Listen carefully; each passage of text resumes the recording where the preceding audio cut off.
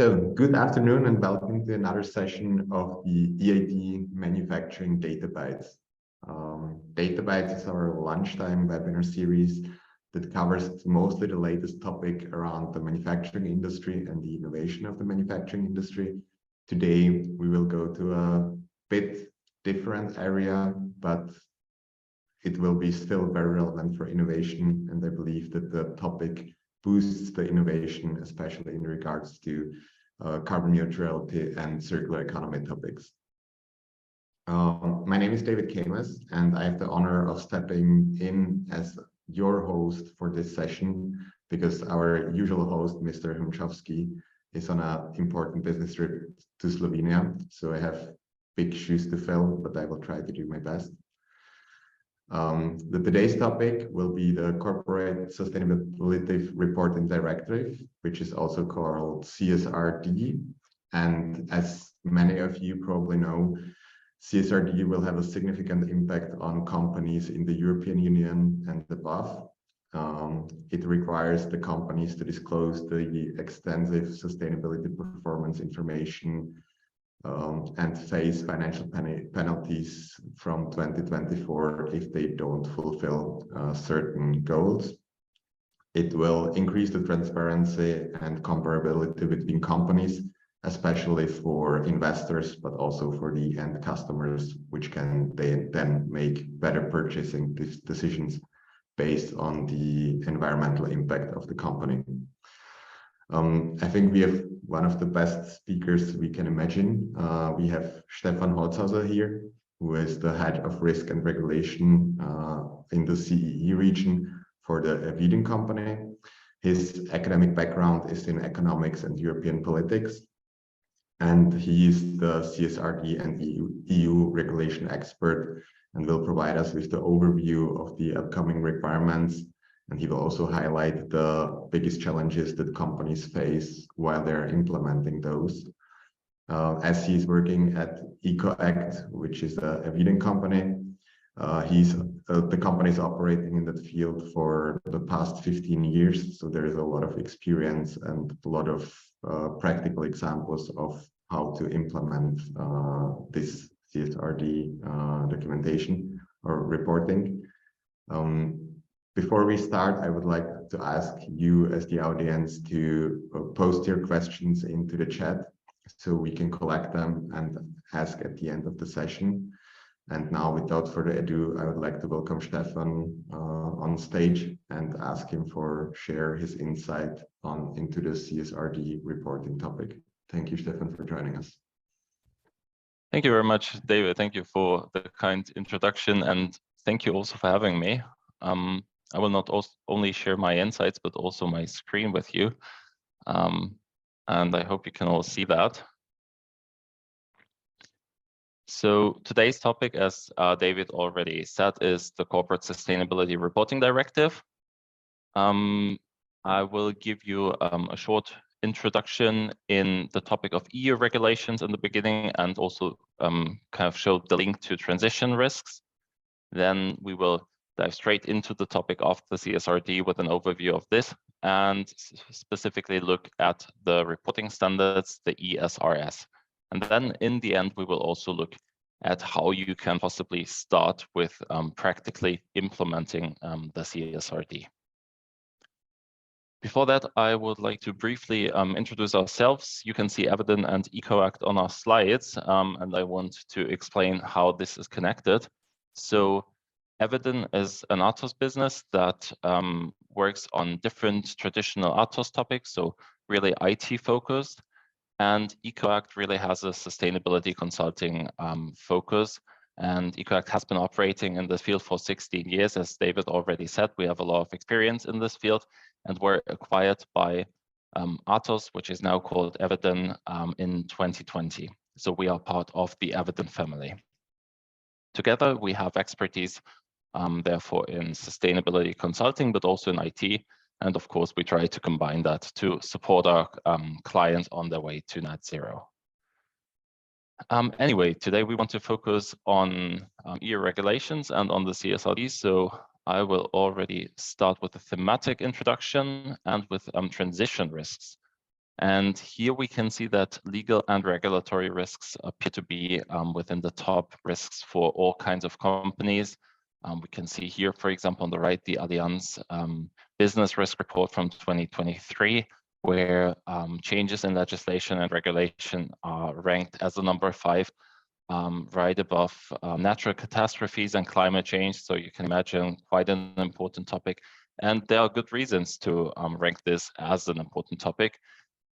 Because there are some, or not only some, but quite many changes in the regulatory environment, especially when we look at sustainability in the European Union. Most of this comes from the European Green Deal, which probably most of you have heard about. The Green Deal is the European Commission's project to make the European Union climate neutral by 2050.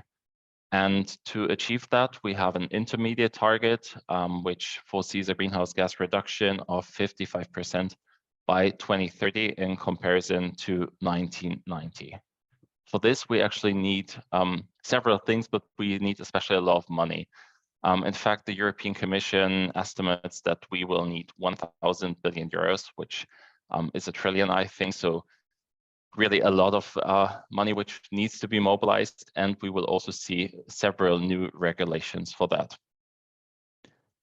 One of the key strategies that sit under the Green Deal and that focus really on the financial aspect is the sustainable finance strategy. This strategy aims at strengthening sustainable investments, as the name already suggests. And it does so by incorporating ESG indicators into investment decisions. And for this, we have seen different legislations that were published by the European Commission. For example, the CSRD and also the EU taxonomy. So in total, to summarize, we have different layers here. We have the European Green Deal on top. Then we have the sustainable finance strategy. And then on the bottom, we have the specific regulations. And within this sustainable finance strategy, we have different parts of legislation. The European Commission usually uses the graphic that you can see on the right. So this is something taken from the Commission to explain the sustainable finance strategy. And this actually looks quite complex, but in the end, it's not that complicated. So I'll try to summarize how everything is connected in simple words. Large and listed companies will have to publish a sustainability report under the CSRD.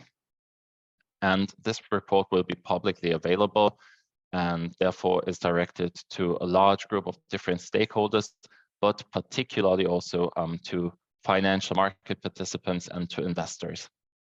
Those investors are then supposed to assess the reporting and see how well the company already performs concerning sustainability. And then ideally the investors, and this is the idea behind everything, invest in those companies with the best sustainability performance. Those investors are also incentivized to do so by the Sustainable Finance Disclosure Regulation. So there is another regulation for financial market participants.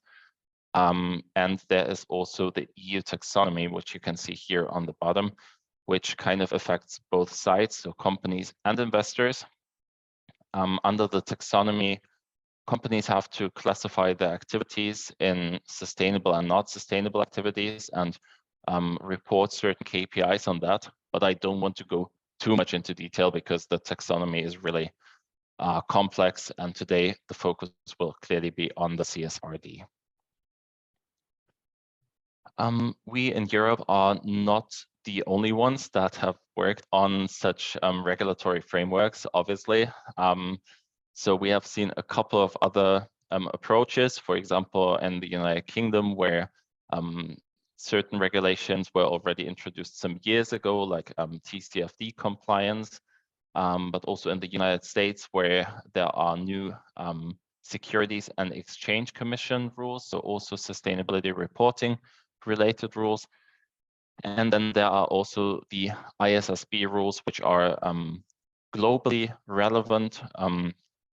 But if we compare all of these different frameworks, then we will quickly figure out that the European Commission has proposed a very advanced legislation with the CSRD. So the reporting standards that we have in the European Union are very comprehensive, also compared to other legislations that we see around the world.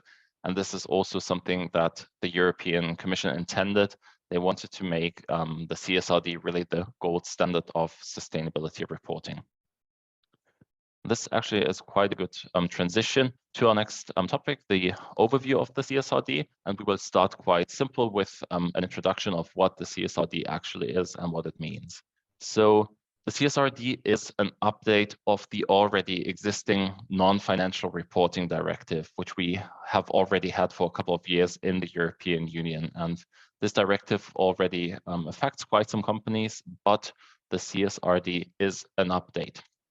And an update in terms of scope concerning applicants, but also concerning the content that needs to be reported. Under the CSRD, you will have to, or in fact, the companies will have to publish information related to environmental, social, and governance topics. So it covers E, S, and G, all three dimensions. And you can see here on the overview on the bottom that especially the environmental topics are very comprehensive. So I would also assume that these are the most challenging ones for the affected companies, although also social and governance should not be underestimated. Good news for, or maybe not even news, but a good message for all those companies that are concerned by the CSRD is that the policymakers, so in this case, the European Commission, have considered already existing standards when working on the CSRD.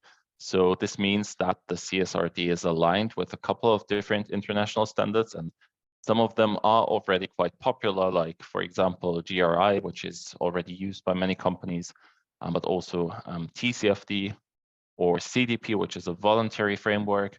And there are also social standards, which companies already consider a lot, which are also aligned with the CSRD. So there's no need to completely reinvent the wheel, which of course is good for all affected companies. At the same time, also EU legislation logically is aligned with the CSRD. So we have seen before that the taxonomy and the SFDR are even linked within the sustainable finance strategy to the CSRD. So of course, there is a very close connection, but also the so-called corporate sustainability due diligence directive will be closely aligned with the CSRD. And this is something that is still under work, but we will probably see it within this year, and this will be the European supply chain law. Now we're coming to this slide, which is probably not the prettiest one, but it's really important because it covers quite some crucial questions, starting with the information that actually needs to be disclosed. And here it's very, very crucial to say that all the quantitative and qualitative ESG indicators are specified in the European Sustainability Reporting Standards. So it's very important to stick to these standards, and therefore we will also focus later a little bit more on them and also give an example of what they look like. Companies that are affected by the CSRD ideally disclose 1 year of comparative information, which is also consistent with a financial statement. And this is the case because the CSRD will change a little bit the reporting, because ESG information will be part of the management report in the future. So there will not be separate non-financial and financial reports, but there will be one consolidated management report in the future after the application of the CSRD. The data that is reported will need to be digitally tagged and flow into the so-called European Single Access Point. And this is kind of a centralized database where all this information flows into, but it's also currently under development. So we will see in the future what this will look like. Concerning the reporting, there are different ways of how you can report. So you can publish one large consolidated section in your report that covers all the information that is required, but you can also use, for example, 4 separate parts for general information and then for E, S, and G, which is something that many companies already do in their sustainability report. But you can even work with references. So what is most important here is that all the information that is specified by the standards is part of your report and that you can find it very easily in the reporting. So this must be clear, and this is also important when drafting the report. Another very crucial question is who is actually concerned by the CSRD? And here we have different steps. The first one starts from the next fiscal year, from 2024, and companies that already report under the non-financial reporting directive have to report on the fiscal year 2024 in 2025, so publish the report in 2025. 1 year later, all other large companies in the European Union follow, and those companies have at least 250 employees and a balance sheet of more than 20 million euros or a turnover of more than 40 million euros. And this actually already affects quite many companies. But then in the following period, so from 2026 to 2028, even small and medium enterprises follow, but only those that are listed on regulated markets in the European Union. They also need to fulfill a couple of different thresholds, and the reporting standards for small and medium enterprises will be a little bit softer than those for large companies, just to make sure that it's actually feasible for those SMEs to report on under the CSRD. Then last but not least, in 2028, third country groups will follow, and these are companies that are not headquartered in the European Union, but have a significant turnover in the European market of at least 150 million euros. So very large international companies will also be affected by the CSRD. Why is this a turning point? And there are a couple of good reasons to think that it is a turning point. The first one is quite clear. So currently under the non-financial reporting, approximately 12,000 companies in the EU are affected. But from 2024, the CSRD will progressively address more and more companies, as we have just seen. And this will affect up to 50,000 companies in the end. So really very, very many companies, and therefore this is already quite a change. But also the CSRD entails an audit requirement, which means that all the information published in the future sustainability report or under the different sections will need to be audited by an external provider. And therefore, of course, everything really needs to be audit proof. If companies fail to fulfill the compliance requirements, they will face significant fines. And these fines depend on the member states because the CSRD is a directive, which means that member states will have to translate them into national law. So the fines will be different in each member state, but they will definitely be high enough to incentivize affected companies to rather comply than to face the sanctions. So from our side, very, very, very clear recommendation to comply with this law. Then last but not least, of course, the data is publicly available and will serve as an information basis for investors. So this also, of course, increases a little bit the pressure on the affected companies. In general, there are several good reasons to comply with the CSRD. The first one is quite obvious, that is just the compliance requirement, which will affect up to 50,000 companies in Europe and also beyond, because obviously no company wants to face those sanctions. So I think that's pretty clear. However, there are more reasons which might not be that obvious, like for instance, risk management. We have seen that in other parts of Europe, but also of the world, some requirements have already been introduced. For example, the UK or Switzerland or Japan have introduced TCFD compliance already. And TCFD is a reporting framework that focuses specifically on climate risks. Now, this also becomes mandatory in the European Union, and this, of course, can also be beneficial if we think about recent developments like droughts in Spain that we can see right now, for example, especially in southern Spain, but also droughts all around Europe, actually, if we just remember the last couple of summers, or if we think back, we even saw a very dramatic flood in Germany and in the Netherlands and in parts of Belgium. So there are really several risks that are climate related that also affect companies. And therefore, I think it's also kind of beneficial for companies if they deal with climate related risks. Then, of course, access to finance is very much a key topic of most companies and why they would want to deal with the CSRD.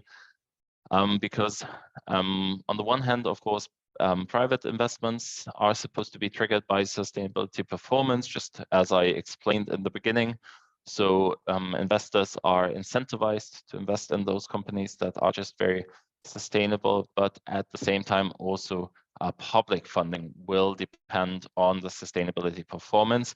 For example, on certain indicators that are published under the CSRD. And this affects especially the Green Deal funding, which is quite a lot. And therefore, there are more incentives also in terms of access to finance to comply with the CSRD. Then the communication, of course, is also affected because the CSRD harmonizes sustainability reporting and also standard KPIs that will need to be disclosed. And all of this information is publicly available. So it's easy to compare the performance of different companies, and therefore, of course, companies also have an incentive to work on their reporting for reasons of communication. And then last but not least, this is rather an intrinsic motivation that hopefully all of us have to contribute to our 2050 net zero objective in the European Union and to build resilient value chains. I hope this is just something that all of us have, and the CSRD is one way to contribute to our objective.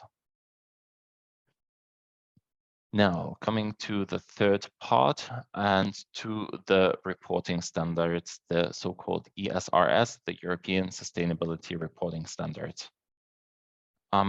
These standards, they specify the quantitative and qualitative ESG indicators that need to be reported. And since everything needs to be audited, it's very, very important to make sure that all the information required by the reporting standards are part of the sustainability report in the end. Currently, we have only seen a draft version, which was published in November 2022, but we expect the final version of standards quite soon, so in just a couple of weeks. In general, there are cross-cutting standards, which we also call the general standards, but then there are also more specific ones for ES and G. And you can see how many different standards we have here. And each of the standards has a different file with several pages of text, and they can be quite specific. They can be quite tough to read. It's not always fun to go through them. But anyway, it's really important to make sure that all these standards are actually considered when working on the final report, just because it needs to be audited in the end. In general, the reporting standards are structured around TCFD pillars. And for those of you that do not know the TCFD, those are governance, strategy, risk management, and metrics and targets. And in the end, this results in quite a similar structure across all the different reporting standards. So one thing that these standards actually focus on are definitely policies that companies report on their internal policies. For example, if top managers are incentivized to fulfill certain climate-related targets and then receive their bonuses depending on that, that would be one option of an internal policy that could be part of the report. And then, of course, also specific actions need to be reported on, like in this case, measures to reduce greenhouse gas emissions. And this, of course, is very closely related to metrics because these measures also are supposed to be monitored. So specific metrics need to be reported, as well as targets. For example, the reduction rate, or then the target would be when to become net zero. Behind those reporting standards, we see different key principles. One very important principle would be the double materiality, which means that affected companies do not only have to report on their own impact on ESG, for example, on their carbon emissions, but also on the impact that ESG has on them. And this refers a lot then to risks again, for example, on climate-related risks. In the end, everything is connected in kind of this circle. A question that we have faced very often are the boundaries. And here we must specify that the CSRD covers the entire value chain of a company. However, during the first 3 years, there is the exception that companies can explain why it's not feasible to report on the entire value chain. For example, because certain data is just missing.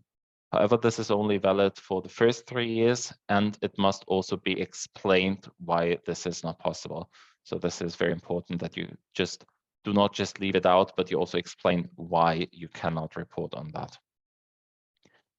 Concerning time horizons, we have to look at short, medium, and long-term times. And in the end, of course, a verification is needed. So what I already mentioned before, so the entire report will need to be subject to an independent audit. And this is very crucial. And this, of course, also increases the pressure to make sure that everything is actually in the report to kind of survive the audit. Here I also brought you an example of reporting standards, and this is concerning climate change, because I think that climate change will probably be among those reporting standards that are most challenging for most companies. However, this here is just a summary. So here we just look at disclosure requirements, which would kind of be the upper layer, but then under that we have specific indicators that are too specific to look at today just for time reasons, and also to keep it understandable, we look at the disclosure requirement here. So we can see the different TCFD pillars: governance, strategy, risk, and metrics and targets. And under governance, we have pretty much the example that I used before, so the integration of sustainability-related performance in incentive schemes. So this could, for example, be a bonus payment for top managers if they reduce emissions up to a specific threshold, for example. Under strategy, we can see a very typical requirement, which would be a transition plan, in this case for climate change mitigation. But we see transition plans a couple of times in the reporting standards. So this is something that will definitely play a bigger role. And in the strategy pillar, we also see here risks and opportunities and how they are interlinked with the strategy and the business model of a company. That's actually quite a smooth transition to the next pillar, which would be the risks. Here, the process to assess climate-related risks and opportunities needs to be disclosed. And also this is very typical. So it's very important also under the CSRD that the whole process is reported on, and not only the result. So also in this case. And what we also find here are policies related to climate change mitigation and adaptation. So reduction of emissions and climate risks in very, very simple words. And also actions and resources concerning these policies. So also financial resources that are invested in those policies. Then under metrics and targets, we find the KPIs that need to be reported. And this is usually something quite challenging for many companies. And we see why when we look at the first point there already, which is the taxonomy alignment. So as I said in the beginning, I don't want to focus too much on the taxonomy today. but the taxonomy is also covered by the CSRD. This is one of the aspects. Then, of course, targets concerning climate change mitigation. So, for example, a net zero target need to be reported, and then different KPIs on energy and on greenhouse gas emissions, like, for example, scope 1, 2, and 3 emissions, but also the relationship to revenues, so that these KPIs in the end are comparable, also across among different companies and across different industries. What also needs to be reported is greenhouse gas removals, and, for example, for company does offsetting, as well as an internal carbon price that companies have within their own company. And then last but not least, also the financial effects from physical and transition risks. So here again, we have the connection to climate-related risks. Now, this has been a lot of information, and I hope it was not too much of an overload. And because it was so much, I also want to at least give a little bit of an insight of what we usually do to support companies with really getting started with the CSRD. And here we have different options. One option would be probably most relevant for companies that have not really looked that much into the CSRD yet, and that do not have a comprehensive report in place yet. And those companies, for those, we would typically do a workshop where we do a knowledge transfer, really give a thematic introduction, and then we also look at the different reporting standards, assess, of course, on a very macro level, but we try to assess how ready those companies already are. And we even would look at the specific KPIs that are required and at the governance structure that is in place and how this could be changed in the future. If requested, we can also do a taxonomy deep dive. So this is also something that we think might be very suitable just because it's closely connected. Then another option, which is maybe even relevant for more companies, for those that already have a report in place, would be a gap analysis. And this is something that I would definitely recommend, because in a gap analysis, what we do is that we have our own CSRD Compass tool, which covers all the reporting standards and all the requirements that you can find in the narrative, as well as links to different regulations, but also to other reporting frameworks. And we go through the already existing sustainability reports and really look very specifically if the report already covers all the requirements, if it partially covers them, or if there are still gaps. And that way we obtain the maturity across the different ESG pillars and also the different objectives. And then we typically also exchange with the internal teams to see if something is already internally available, but not yet disclosed. So if there are certain quick wins, which we would also often find. And based on all of this, we would define an action plan roadmap so that gaps can be closed in a structured way in the future.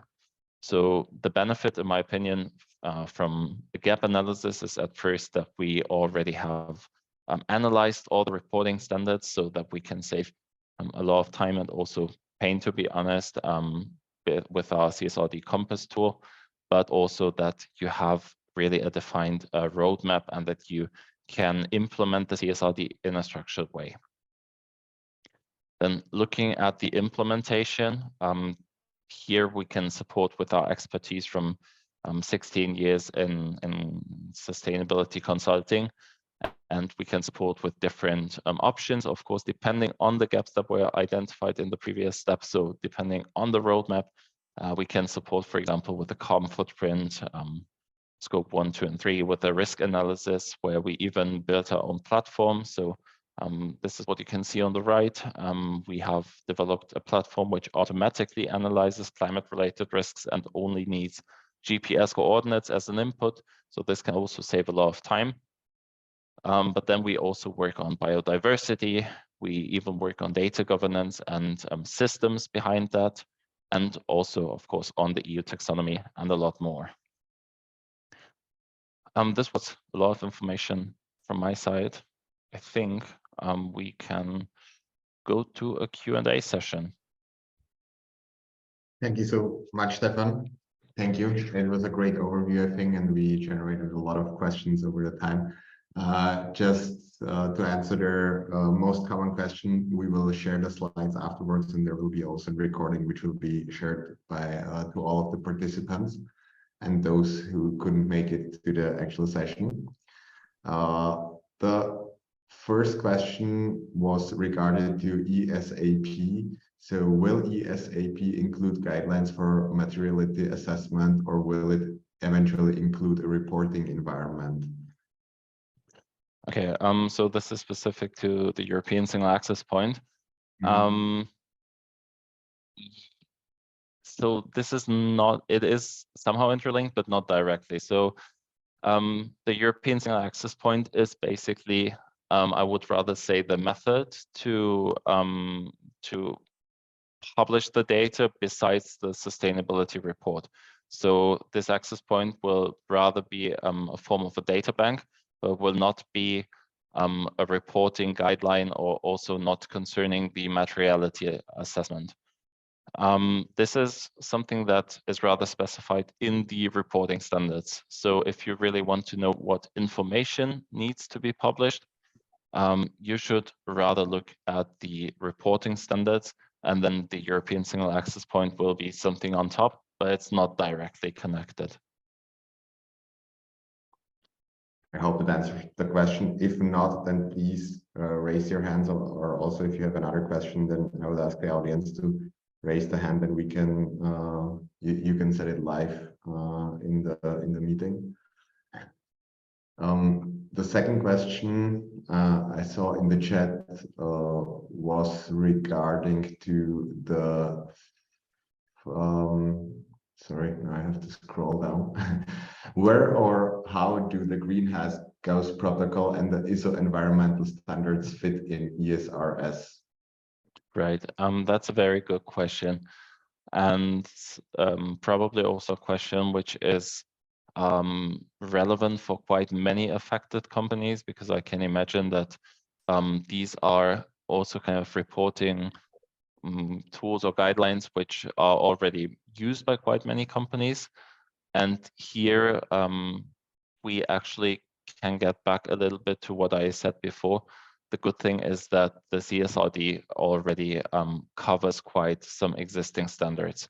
So the greenhouse gas protocol would be one example, but in general, the CSRD covers several reporting standards. So we saw the TCFD is really closely interlinked. Of course, this is not the case for all reporting frameworks, also because some are really specific. But in the end, also concerning methodologies of carbon footprinting, which is here really specific in this question, this is something that is all considered by or was considered by the policymakers when they developed the CSRD, and the reporting standards were actually developed by the EFRAG group. So this was kind of an expert group, and this group really made sure that all of these requirements are of these frameworks, are taken into account for the specific requirements, so that you don't have to reinvent the wheel. So if you already have something in place, you are very likely, at least, to be able to reuse this also for the CSRD report, so you don't have to start from zero again.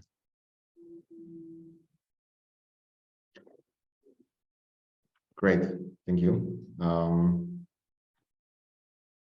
Next question. The third-year transition period allows the use of sector averages if value gain information cannot be obtained. Where can these sector averages be found? So for such information, I would again refer to the reporting standards. The reporting standards are linked to also several other files. This is a very specific question, so there I would definitely go back to those standards and have a closer look there to the files that are linked there. Okay, then there was a question regarding the standards, and that is that one of our participants has the information that those standards were delayed to August 2023. Yeah, so she's asking if they were delayed to August 2023. Of course, I'm not part of the effort group that works on the standards, so I can unfortunately not give you a definite answer here. We have seen several delays in the CSRD, but also in the taxonomy. For instance, the taxonomy was already planned to come into force fully 1 year earlier than the Commission announced on New Year's Eve, actually, that the first year would just be a kind of a test run. And for the CSRD, we saw something similar because originally the European Commission planned that there would not be these different steps of when it comes into force, but that the companies are affected much earlier, or actually 1 year earlier. This was already delayed just because also drafting these standards took a lot of time. So yeah, I would not be surprised if there's another delay, but it will not be a major delay. So I don't think I would expect that we definitely see it within this summer, although of course I cannot promise it because I'm also not involved here. And we also only get the information from sometimes also from policymakers, but we are not directly part of the group. Okay, then let's move to the more general question. Since the CSRD is very complex, what would be the best starting point for companies? So the best starting point, in my opinion, is definitely a gap analysis. We have, of course, also talked to several companies because that's part of our business. And therefore, I can very easily say that all those companies that are very advanced have done a gap analysis. I don't think we have ever talked to any company that has been advanced and has not done a gap analysis. So I think this is really almost mandatory. Also, just because you will have to do the audit. So you will have to consider all the reporting standards in your report, and the gap analysis is actually the best way to check if you have already everything in there. And it can also save you a lot of pain if you go really manually through the reporting standards, because this is actually quite a time-consuming task, I would say. So if you have a template for that or a compass tool or something, this can be very time-saving. But in general, without a roadmap, I would not suggest to start the implementation, because you actually have to find the gaps at first to know what you actually want to close. And then we have one question on the outcome side. I'm not sure if you're prepared for that, but is there any positive example of what an advanced sustainability report could look like? So do you have some maybe companies that already did that, which you would say that it's a best practice for the audience? Or all right. So in general, what we see is that very few companies already have a report in place which is at least almost compliant with all the reporting standards. But most companies are still not there yet, which is also fine because there's still some time, although I would also not underestimate the work. So I would also start as early as possible. But there are some companies that are really advanced. What we do is that we rank every year the top listed companies of European countries and also of North America according to their reporting. And we published the so-called CRP study, which you can also find on our website on EcoAct.com.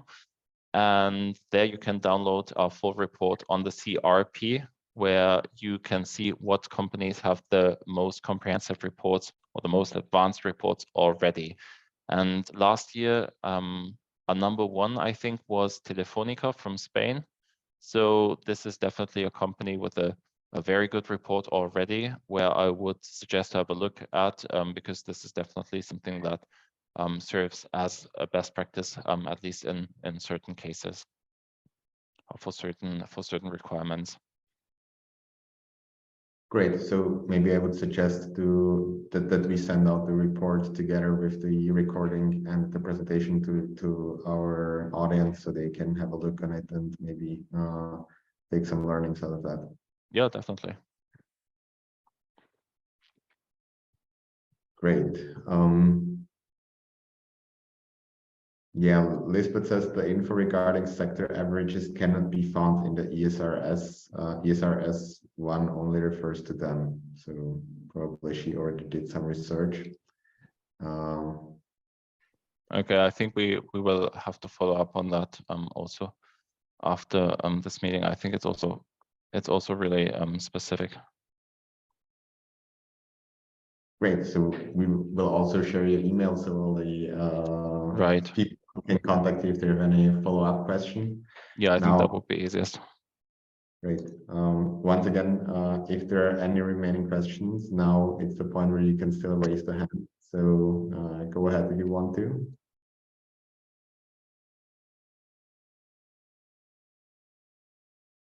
So I think everything is clear so far. Ladies and gentlemen, thank you so much for participating in this session. Thank you, Stefan, again for this great overview.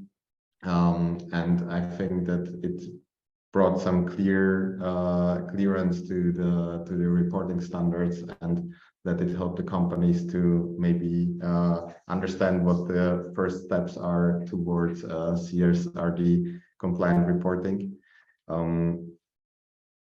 I hope that the initiative will bring a lot of new innovation also into the manufacturing industry, which is kind of our core business, and that we will see massive reduction of CO2 in the future, and that we will really commit to the CO2 neutrality, which the European Union is setting as a goal for us.